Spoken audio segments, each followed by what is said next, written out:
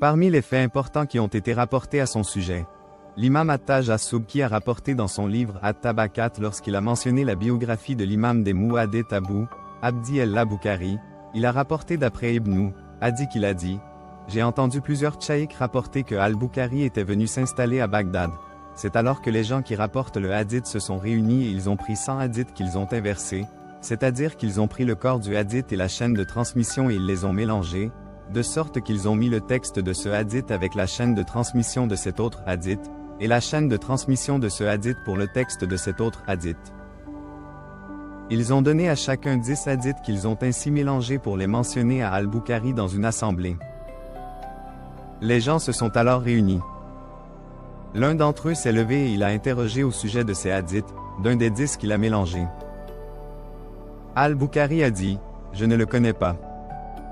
Il l'a interrogé au sujet d'un autre hadith, al-Bukhari a dit « Je ne le connais pas », jusqu'à ce que le premier homme ait terminé avec les 10 hadiths. C'est alors que les spécialistes de jurisprudence se regardaient les uns les autres, c'est-à-dire qu'ils s'interrogeaient sur al-Bukhari. Un deuxième homme s'est levé et a fait comme le premier. Et al-Bukhari disait à chaque fois « Je ne le connais pas ». Lorsque les 10 hommes avaient fini, al-Bukhari s'est retourné vers le premier d'entre eux et lui a dit « Pour ce qui est de ton premier hadith, sa chaîne de transmission c'est celle-là. Pour le deuxième hadith, la chaîne de transmission c'est celle-là, et le troisième et ainsi de suite, jusqu'à lui donner les chaînes de transmission des 10 hadiths que le premier a donné. Il a rendu ainsi à chaque texte de hadith sa bonne chaîne de transmission. Ensuite, il a fait la même chose avec le deuxième, la même chose avec les autres jusqu'à avoir terminé avec les 10 hommes. C'est alors que les gens lui ont reconnu sa capacité de mémorisation, de hafi. Parmi ce que as-Subki rapporte dans ses Tabakat de al-Bukhari, qu'il a dit « J'ai été inspiré la mémorisation du hadith dans le Kutab, c'est-à-dire l'école où les enfants apprenaient le Qur'an et le hadith alors que j'avais 10 ans ou moins, et lorsque j'ai quitté le Kutab après 10 ans, j'allais écouter auprès de Ad-Dakili et d'autres.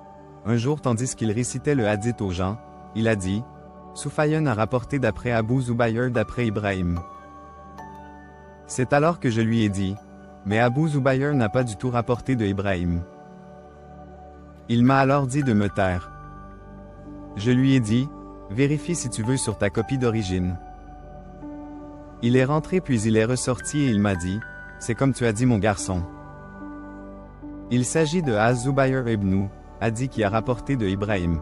Il m'a alors pris le crayon de la main et il a corrigé, et il m'a dit « Tu as dit vrai. » Lorsqu'al-Bukhari a été interrogé sur son âge à ce moment-là, il a répondu « J'avais 11 ans. » Parmi ce qui est rapporté de Muhammad ibn Abi Atin al-Waraq de al-Bukhari qu'il a dit « J'ai entendu Hamid ibn Ismaïl et un autre dire « Al-Bukhari venait avec nous pour entendre le hadith alors qu'il était encore jeune garçon. » Mais il n'écrivait rien du tout.